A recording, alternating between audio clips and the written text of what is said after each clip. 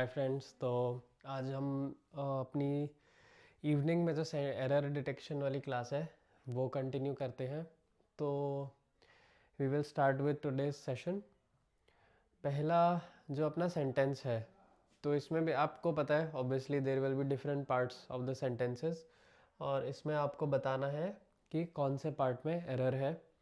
तो आप कमेंट्स में बताइए कि कौन से पार्ट में आपको एरर लगता है, और करेक्ट सेंटेंस क्या होगा वो भी आप कमेंट्स में एक बार बताइए। तो सेंटेंस है, despite of the heavy rain that fell throughout the night the cricket match was continue as scheduled. ठीक है, तो अब यहाँ पे क्या बोल रहा है, despite of the heavy rain के बावजूद जो that fell throughout the night, जो रात भर होती रही, the cricket match was continue as scheduled, जो क्रिकेट मैच था वो चलता रहा जो उसका शेड्यूल था उसके हिसाब से। तो अब यहाँ पे हमें दो जगह पे एरर्स मिल रहे हैं। एक है डिस्पाइट ऑफ, तो डिस्पाइट ऑफ यहाँ पे गलत है। डिस्पाइट हमेशा यूज़ होता है अकेले, तो ये जाएगा डिस्पाइट दी हैवी रेन, डिस्पाइट दी हैवी रेन। ठीक है, फर्स्ट एरर तो अपना हो गया यहाँ पे। जो सेकंड एरर है वो मिलेगा अपने को, ये ठीक है, that fell throughout the night the cricket match was. अब वॉज के साथ यहाँ पे सिंपल फॉर्म नहीं आ सकता है, क्योंकि ये बात कर रहा है कि मैच चल रहा था, तो यहाँ आएगा वॉज कंटिन्यूड। ठीक है, वॉज कंटिन्यूड एज शेड्यूल्ड, क्योंकि ये पास्ट की बात हो रही है, तो कंटिन्यू तो क्या हो गया, प्रेजेंट सेंस हो गया। तो हमारे को यहाँ पे चाहिए होगा एक डी, ई डी, कंटिन्यूड होगा ये। ठीक है, तो दो एरर्स हैं सेंटेंस में, in part A and in part D. तो आपको क्या ये एरर्स मिल गए थे इसमें, आप बताइए कमेंट्स में, और जो करेक्ट सेंटेंस है उसको भी आप कमेंट्स में एक बार बताइए। नेक्स्ट क्वेश्चन एक बार देखते हैं। तो नेक्स्ट क्वेश्चन अपना है, me and my friends are planning to go on a trip to Goa during the next week. ठीक है, मी एंड माई फ्रेंड्स, मैं और मेरे दोस्त, आर प्लानिंग टू गो, हम प्लान कर रहे हैं, on a trip to Goa, Goa जाने के ट्रिप के लिए, ड्यूरिंग द नेक्स्ट वीक। तो अब यहाँ पे आप बताइए कि कौन से सेंटेंस में एरर है। तो आपको एरर एक बार बताते हैं। तो मी एंड माई फ्रेंड्स, ये ग्रामेटिकली गलत है। जहाँ पर भी मी, मेरी बात हो रही है, प्लस अदर्स की बात हो रही है, ठीक है, तो यहाँ पे हमेशा जो अदर्स हैं वो पहले आते हैं, प्लस लगता है हमेशा आई। ठीक है, तो बाकी लोग और मैं, इंग्लिश में जो ग्रामेटिकल होता है वो हमेशा ऐसे होता है, मैं और बाकी ऐसे नहीं होता। तो इस यहाँ पे क्या आएगा, अगर हम इसी चीज़ को लेते हैं, तो माई फ्रेंड्स एंड आई। ठीक है, ये इसका करेक्ट स्ट्रक्चर है, माई फ्रेंड्स एंड आई। ठीक है, यहाँ पे आएगा my friends and I are planning to go, ये बिल्कुल ठीक है, क्योंकि आर प्लूरल में हो गया, क्योंकि मेरे फ्रेंड्स और मैं, तो आर प्लूरल के लिए जा गया। प्लानिंग मतलब हम अभी प्रेजेंट सेंस में प्लान कर रहे हैं, प्लानिंग टू गो, जाने के लिए, on a trip to Goa, ये भी ठीक है, on a trip to Goa. यहाँ पे कोई सब्जेक्ट वर्ब एग्रीमेंट बिल्कुल ठीक चल रहा है, कोई प्रॉब्लम नहीं है। ड्यूरिंग द नेक्स्ट वीक, अब ये क्या है, during the next week. During क्या होता है, ड्यूरिंग यूज़ किया जाता है जब आप किसी टाइम पीरियड की बात कर रहे हैं कि इसके ड्यूरिंग कोई चीज़ हुई थी या होने वाली है। लेकिन जब आप ट्रिप पे जा रहे हैं तो कोई ऐसी कंटिन्यूस एक्टिविटी नहीं है, ड्यूरिंग मतलब वो काम कंटिन्यूसली चल रहा है, मतलब मंडे भी हो रहा है, ट्यूसडे, वेंसडे, थर्सडे, डेली वो प्रोजेक्ट हो रहा है, तो हम बोलेंगे ड्यूरिंग द वीक वो काम हमने किया। बट जब हम ट्रिप पे जाएंगे तो वो तो खाली हम एक ही दिन चले जाएंगे, है ना, रोज़ रोज़ तो नहीं जाएंगे कि Monday Tuesday Wednesday Thursday Friday, दो हर दिन जा रहे हैं। तो यहाँ पे ड्यूरिंग वर्ड जो है वो गलत है, ड्यूरिंग वर्ड नहीं आएगा, खाली the next week is okay. तो क्या है, अगर हम इसको एकदम ठीक करके लिखें, my friends and I are planning to go on a trip to Goa the next week. बस ड्यूरिंग आप हमेशा यूज़ करोगे जब आप कंटिन्यूसली कोई काम करते जा रहे हो, ठीक है, ड्यूरिंग ऐसे यूज़ नहीं होगा। तो इसमें एरर कहाँ पे था, ए में भी था और डी में भी था, ठीक है। तो आपको जो जो मिल गए थे आप कमेंट्स में बताइए, और इसका करेक्ट वाला सेंटेंस भी आप कमेंट्स में बताइए। क्वेश्चन नंबर 3 देखते हैं। तो क्वेश्चन 3 बोल रहा है, each of the players on the team have received a special award for their performance। ठीक है, अब आपको बताइए कि इसमें से कौन से पार्ट में गलती है और क्या गलती है। अब इसमें गलतियां कहाँ पे हम देखते हैं एक बार। ईच ऑफ द प्लेयर, ठीक है, तो प्लेयर्स तो यहाँ पे है प्लूरल, ठीक है, सॉरी, प्लेयर्स यहाँ पे हुआ प्लूरल, लेकिन हम बात कर रहे हैं ईच ऑफ द प्लेयर, तो ईच क्या हुआ यहाँ पे, सिंगुलर, ठीक है। तो जब सिंगुलर की बात हो रही है तो उसके जितने भी सेंटेंस में वर्ब्स आएंगे वो सारे हमेशा सिंगुलर रहेंगे, ठीक है। तो each of the players on the team have, अब अगला अपना वर्ब जो आया है वो है हैव। तो each of the players on the team have received, तो हैव क्या है, हैव प्लूरल के साथ यूज होता है, तो हैव गलत है, हैव नहीं आ सकता है, हमें यहाँ पे यूज करना होगा सिंगुलर फॉर्म।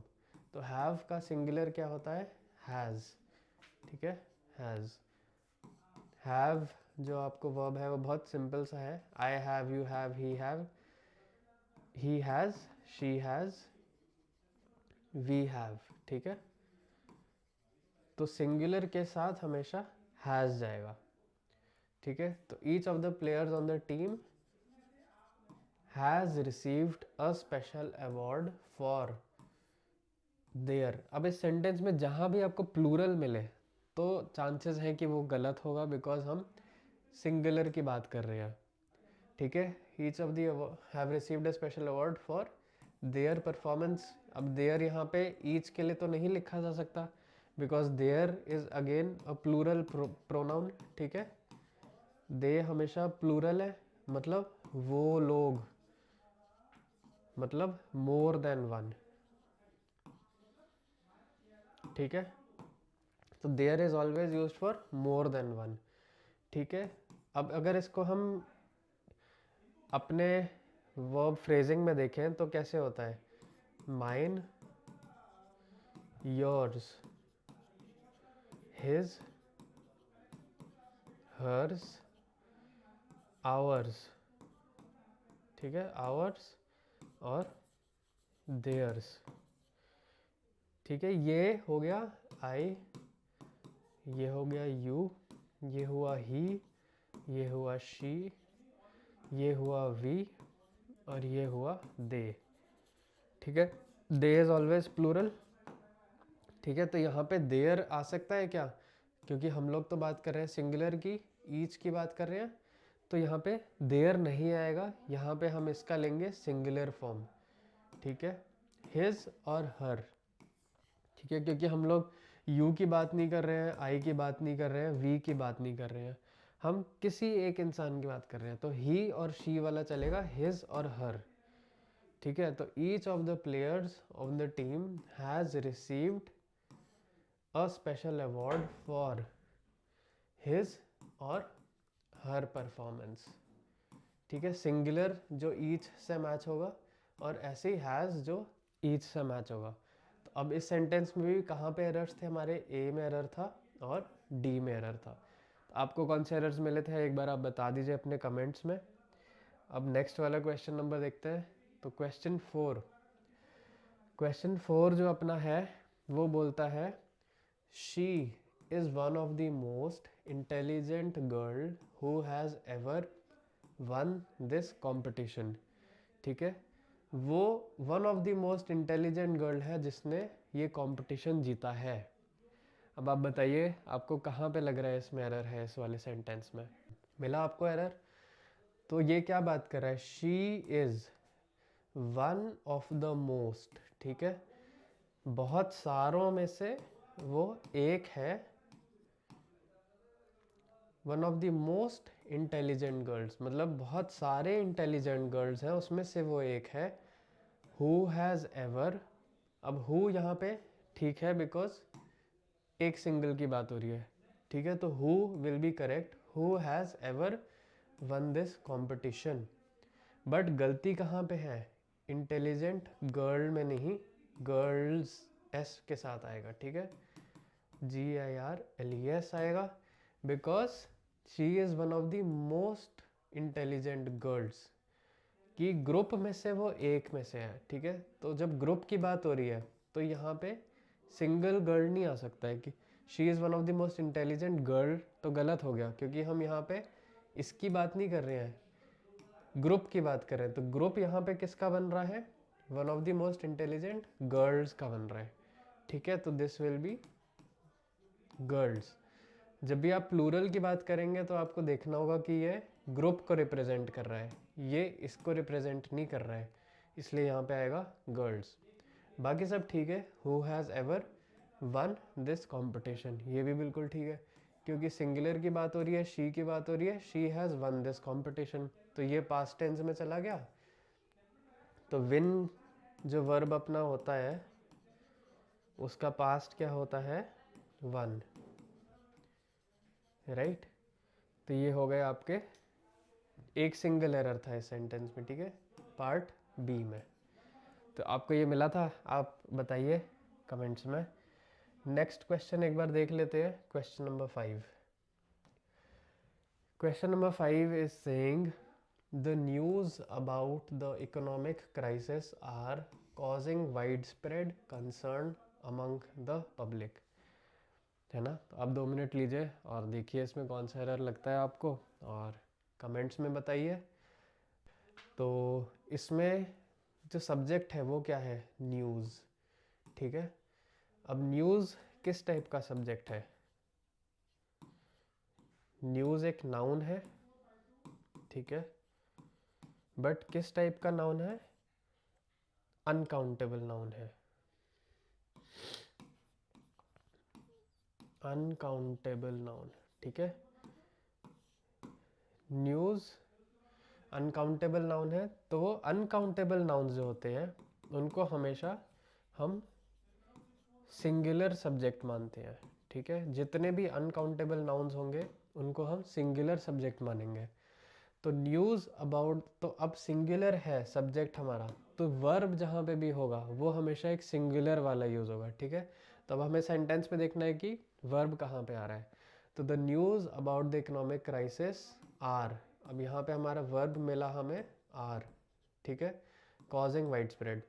तो क्या ये वर्ब जो है वो सिंगुलर नाउन के लिए यूज़ हो रहा है या प्लूरल नाउन के लिए यूज़ हो रहा है, ठीक है। तो आर बताइए क्या होता है, तो वर्ब यहाँ पे कौन सा है इसका, टू बी, ठीक है, I am, you are, he is, she is, we are और दे आर, ठीक है। तो आर कहाँ पे जा रहा है, आर हमारा यूज़ होता है यहाँ पे प्लूरल के लिए, बट क्या हम प्लूरल सब्जेक्ट पे चल रहे हैं, नहीं, हम सिंगुलर सब्जेक्ट पे चल रहे हैं।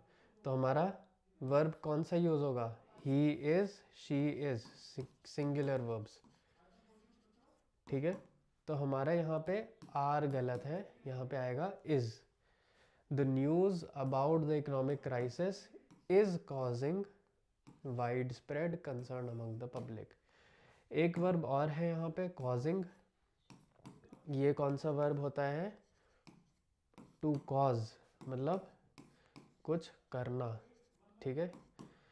तो कॉज का जो पास्ट टेंस हुआ वो हुआ कॉज्ड, जो करंट प्रेजेंट टेंस हुआ, प्रेजेंट कंटिन्यूस टेंस हुआ, वो हुआ कॉजिंग, ठीक है। एक हमने ING जोड़ दिया इसमें, तो प्रेजेंट टेंस इसका बनता है कॉजिंग, ठीक है, ये वर्ड आप ध्यान रखिए। The news about the economic crisis is is causing widespread concern, मतलब अभी वाइड स्प्रेड कंसर्न हो रहा है इस न्यूज़ की वजह से, राइट? आपको मिला था ये वाला एरर, ठीक है। एक बार मैं आपको वापस रिमाइंड कर देता हूँ कि हमारी डेली एडिटोरियल की रिव्यू क्लास होती है 2 बजे, और डेली 6 बजे मैं एरर डिटेक्शन वाला क्लास अपलोड करता हूँ यूट्यूब पे। तो आप ये दोनों क्लासेस रेगुलरली फॉलो कर दीजिए चैनल पे, तो आपकी बहुत अच्छी ग्रामर इम्प्रूव हो जाएगी, इंग्लिश इम्प्रूव हो जाएगी, and you will get a lot of benefit तो इंग्लिश क्वेश्चंस के लिए।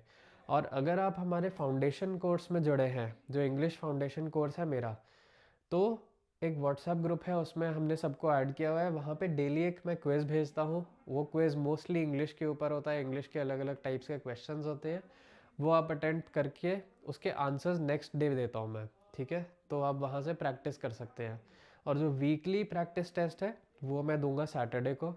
और इसका जो आज की क्लास है, इसका भी मैं एक वीकली कंपाइल करके आपको पीडीएफ दे दूंगा, ठीक है, कि हमने उस हफ्ते में जितना कुछ सीखा है एक पीडीएफ आपको मिल जाएगी, बट उसके लिए आपको हमारे फाउंडेशन ग्रुप का पार्ट बनना पड़ेगा, ठीक है।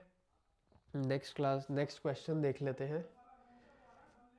नेक्स्ट क्वेश्चन अपना कहता है, if I was you I would definitely accept the job offer immediately, ठीक है। अगर मैं तुम्हारी जगह होता, मैं डेफिनेटली जॉब ऑफर एक्सेप्ट कर लेता इमीजिएटली, ठीक है। आई होप आपको इंग्लिश सेंटेंस का जो स्ट्रक्चर है वो आपको समझ आ रहा था।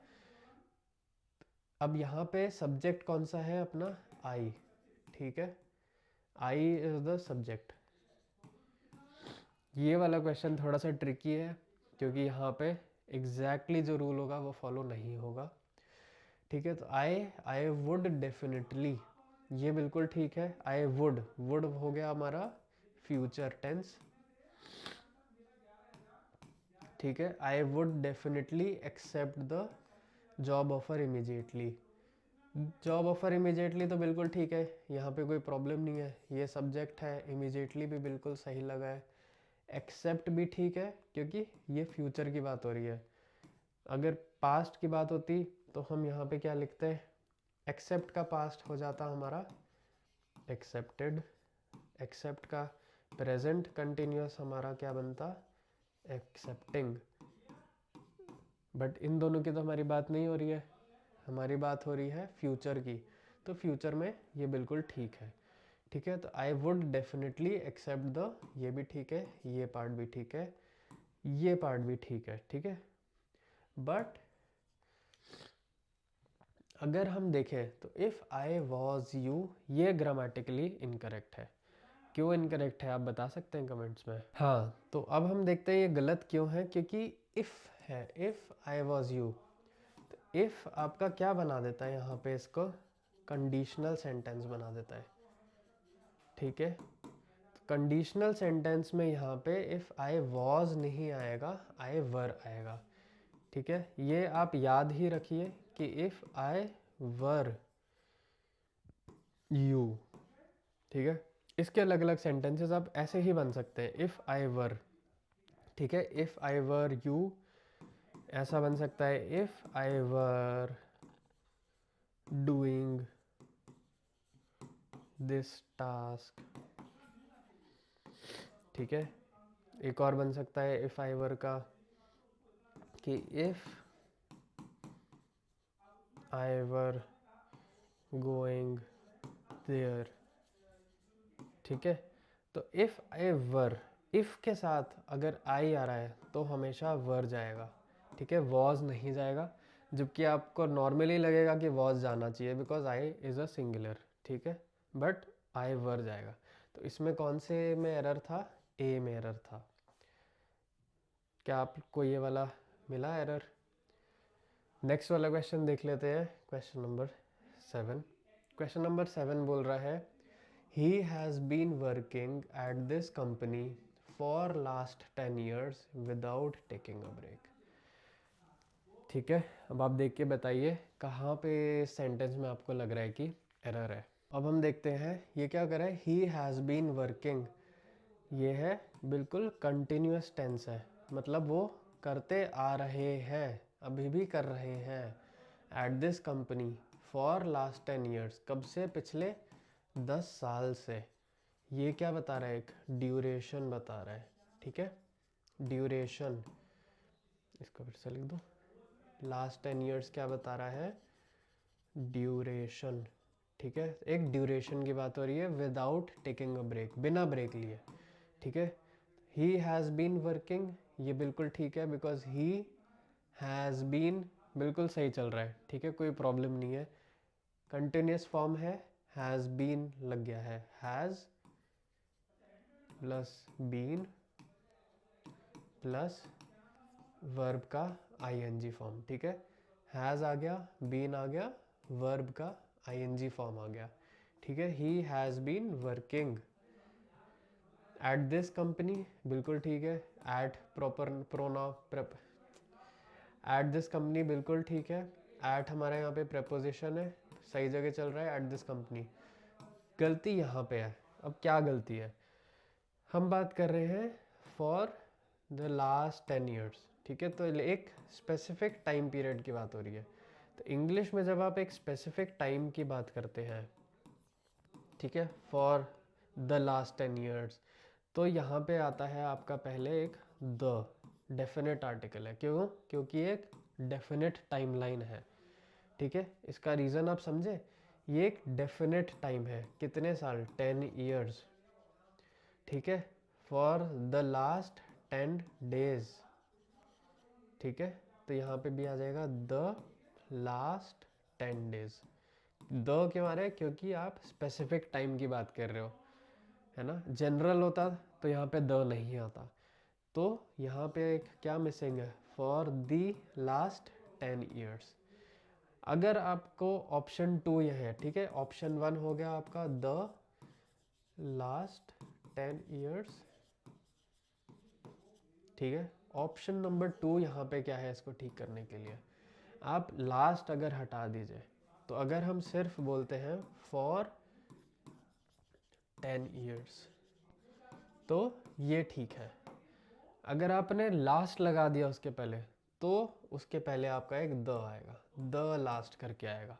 बट अगर आप द लास्ट नहीं लिखना चाहते हो, तो फॉर 10 ईयर्स भी बिल्कुल ठीक है। तो अगर आप, इसके दो ऑप्शन बन जाते हैं, he has been working at this company for the last 10 years, या फिर he has been working at this company for 10 years without taking a break, ठीक है। तो अब इसमें एरर कहाँ था इस सेंटेंस में, ऑप्शन नंबर सी में एरर था, और दो ऑप्शन है इसको सही करने के, ठीक है। ये मिला आपको, आप बताइए एक बार कमेंट्स में। अगला क्वेश्चन, क्वेश्चन नंबर 8, देखते हैं क्या बोल रहा है। The manager along with his team members were responsible for the successful project completion. तो यहाँ सेंटेंस में क्या बात हो रही है, दी मैनेजर, सिंगुलर, ठीक है, ठीक है। तो हम यहाँ पे बात कर रहे हैं सिर्फ मैनेजर की। सेंटेंस का सब्जेक्ट क्या है, मैनेजर, ठीक है, manager is the subject, along with, ठीक है, और बाकियों के साथ, हिज टीम मेंबर्स, ठीक है, the manager along with his team members were responsible for the successful project completion. ये पार्ट बिल्कुल ठीक है, कोई प्रॉब्लम नहीं है, द सक्सेसफुल प्रोजेक्ट कंप्लीशन।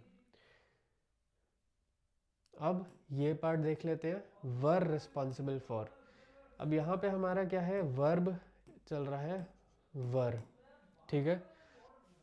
अब क्वेश्चन है कि ये वर्ब जो है ये हमारा चल रहा है प्लूरल फॉर्म टेंस में, तो क्या हमारा वर्ब प्लूरल टेंस में चलना चाहिए। वर्ब प्लूरल तब चलेगा जब हमारा सब्जेक्ट प्लूरल होगा, बट हमारा सब्जेक्ट क्या है, the manager, along with his teammate subject नहीं है, सब्जेक्ट खाली मैनेजर है। यहाँ पे बात मैनेजर की हो रही है कि मैनेजर ने अपने टीम के साथ सक्सेसफुली प्रोजेक्ट कंप्लीट किया। तो जब सिंगुलर की बात हो रही है, तो वर्ब यहाँ पे प्लूरल कैसे आएगा, वर्ब प्लूरल नहीं आ सकता, वर्ब आएगा सिंगुलर। तो वर्ब की जगह आना चाहिए यहाँ पे वॉज। तो सेंटेंस सही अगर बोलेंगे तो क्या बनेगा, the manager along with his team members was responsible for the successful project completion. ठीक है, तो गलती इसमें कहाँ थी, ऑप्शन नंबर सी में। तो ये गलती आप बता पाए। सेकेंड लास्ट क्वेश्चन एक बार देख लेते हैं, क्वेश्चन नंबर 9। क्वेश्चन नंबर 9 क्या बोल रहा है, they have been living in this city since 3 months now. ठीक है, अब 2 मिनट लीजिए और देखिए कि सेंटेंस में क्या गलत है।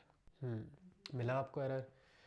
तो ये बोल रहा है दे हैव बीन लिविंग, ठीक है, ये बिल्कुल सही है। Have plus been plus verb का ing, जब कंटिन्यूस फॉर्म चलता है तो दे के साथ आएगा हैव। ठीक है, तो दे प्लस हैव प्लस बीन और living in the city since 3 months, ये तो ठीक है, इसमें तो क्या गलत है, नाउ।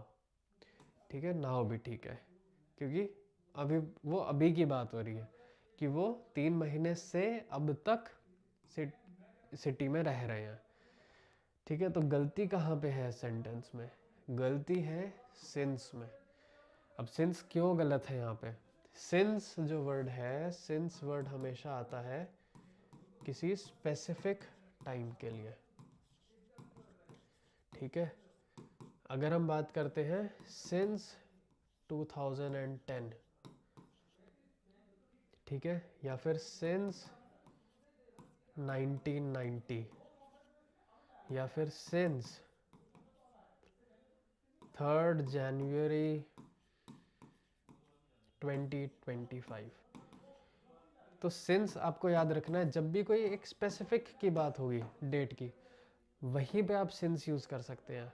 अगर जनरल टाइम की बात हो रही है, अगर वो बोल रहा है कि 10 ईयर्स से रह रहे हैं, या फिर 5 मंथ से रह रहे हैं, या फिर 3 days से रह रहे हैं, तो वो एक स्पेसिफिक टाइम की बात नहीं हुई जैसे यहाँ पे हम कर रहे हैं। ठीक है, तो यहाँ पे सिंस की जगह क्या आना चाहिए, फिर सिंस गलत है अगर, तो क्या आएगा यहाँ पे, यहाँ आएगा for. They have been living in this city for 3 months now. ठीक है, ये आपको समझना है कि सिंस गलत है इधर। ठीक है, तो इस सेंटेंस में गलती हमारी थी सेक्शन बी में। ठीक है, बी में हमारा एरर था। एक लास्ट वाला क्वेश्चन देख लेते हैं अपना, क्वेश्चन नंबर 10। क्वेश्चन नंबर 10 बोल रहा है, after finishing her work she went to the market for buying some fruits. ठीक है, ठीक है, तो अब इसमें देखते हैं गलती का है, आफ्टर फिनिशिंग हर वर्क। ये पार्ट बिल्कुल ठीक है, कोई प्रॉब्लम नहीं है, उसने काम ख़त्म करने के बाद। अब लेकिन आफ्टर यहाँ पे फिनिशिंग ही आएगा, यहाँ फिनिश्ड नहीं आ सकता, आफ्टर फिनिश्ड नहीं आएगा, आफ्टर वॉज फिनिशिंग कुछ भी नहीं आएगा, क्योंकि ये सिंपल है, सिंगुलर वर्ब की बात हो रही है, सिंगुलर सब्जेक्ट की बात हो रही है। तो after finishing her work she went to the market for buying some fruits. ठीक है, अब लेकिन वो यहाँ पे ध्यान देने वाली बात है कि फॉर बाइंग का क्या मतलब हुआ कि वो बाय करेगी। ठीक है, फॉर बाइंग, एक इसका अगर हम सही ऑप्शन देखें तो क्या होगा, टू बाय। क्यों टू बाय आएगा यहाँ पे, she went to the market to buy some fruits. ठीक है, ये बहुत कॉमन आपको लगेगा कि लोग लिखते हैं ऐसा कि she went to the market for buying, लेकिन फॉर बाइंग जब आप पर्पस की बात कर रहे हो किसी के, ठीक है, वो किस पर्पस के लिए गई मार्केट। ठीक है, एक बार इसको समझ लेते हैं, जब आप किसी के पर्पस की बात करोगे तो यहाँ पे हम इन्फिनिटिव फॉर्म जो है वर्ब का, इन्फिनिटिव मतलब क्या होता है, to buy, to eat, to sleep. ठीक है, हम जैसे बोलते हैं ना, I went to the restaurant, I went to the restaurant to eat food, ठीक है। तो यहाँ टू ईट क्यों आ रहा है, क्योंकि हम एक पर्पस की बात कर रहे हैं। I went to the restaurant, क्यों? To eat food. यहाँ पे हम किसी एक्टिविटी को डिस्क्राइब नहीं कर रहे हैं कि मैं वहाँ खाना खा रहा था, या मैंने वहाँ खाना खाया है, या वहाँ खाना खाते रहूँगा, ठीक है। इसलिए प्लूरल कंटिन्यूअस, फ्यूचर कंटिन्यूअस ऐसा कुछ नहीं होगा। आप खाली एक पर्पस बता रहे हो, आप क्यों गए वहाँ पे, क्यों गए। तो उसके लिए हमारा इन्फिनेटिव फॉर्म यूज़ होता है हमेशा वर्ड का, कि I went to the market to eat food. तो after finishing her work she went to the market to buy some fruits, ठीक है। तो अब इस सेंटेंस में कहा जा सकता है कि ऑप्शन डी में गलत था, क्योंकि बाइंग वाला पार्ट गलत है। तो आपको ये वाला मिला क्या एरर? थोड़ा सा डिफरेंट था, थोड़ा सा कॉम्प्लिकेटेड था, बट इम्पॉर्टेंट था, क्योंकि ये चीज़ बहुत लोग लिखते हैं लेकिन ये गलत है फॉर बाइंग। कुछ क्वेश्चंस हैं जो आप चेक कीजिए और इनके कमेंट्स में आप आंसर दीजिए कि what is the right answer, ठीक है। तो ये 3 क्वेश्चंस आप देखिए कि करेक्ट वर्ब का कौन सा टेंस यूज़ होना चाहिए। इसका आंसर मैं कल वाली क्लास में क्लियर कर दूंगा, है ना। ये 3 क्वेश्चंस ये हैं और 2 क्वेश्चंस ये हैं, ठीक है। तो इनके यहाँ पे अंडरलाइंड है, जो भी वर्ब वहाँ पे आपको गलती ढूंढनी है तो आप गलती ढूंढिए और कमेंट्स में बताइए, और कल एक बार डिस्कस कर लेंगे कि ये कौन सा गलत है और कौन सा सही है और क्यों है, क्या रीज़न था उसका, ठीक है। तो ठीक है गाइस, अपना आज का एरर कंप्लीशन वाला क्लास कंप्लीट होता है, और कल हम मिलेंगे फिर एडिटोरियल क्लास के लिए 2 बजे, और कल शाम को फिर से हम लोग मिलेंगे for the error detection class, है ना। चलो, ओके, गुड लक।